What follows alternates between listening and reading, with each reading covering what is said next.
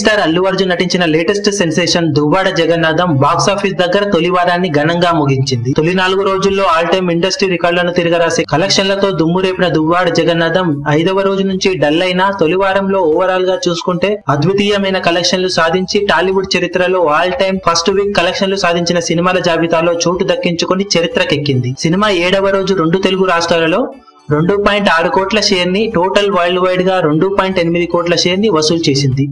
2.6 కోట్ల షేర్ లో సీడెడ్ ఏరియాలో 60 లక్షల షేరు, నైజాం ఏరియాలో 75 లక్షల షేర్ ని వసూలు చేసిన ఈ సినిమా టోటల్ ఆంధ్రాలో 1.25 కోట్ల షేర్ ని వసూలు చేసింది.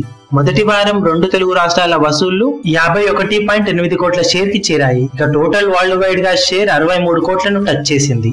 51.8 కోట్ల షేర్ లో మొదటి రోజు నుంచి వసూలను గమనిస్తే తొలి రోజు 18.2 కోట్ల షేర్ ని వసూలు చేసిన ఈ సినిమా రెండవ రోజు 8.2 కోట్ల షేర్ ని, మూడవ రోజు 7.7 కోట్ల షేర్ ని, 4వ రోజు 7.75 కోట్ల షేర్ ని, 5వ రోజు 4.2 కోట్ల షేర్ ని, 6వ రోజు 3.2 కోట్ల షేర్ ని, 7వ రోజు 2.6 కోట్ల షేర్ ని వసూలు చేసింది. దాంతో మొత్తం మీద వరల్డ్ వైడ్ కలెక్షన్లు 63 కోట్లను తొలి వారంలోనే అందుకోవడంతో సినిమా ప్రీ రిలీజ్ బిజినెస్ లో 65% దాకా వెనక్కి వచ్చేశాయి.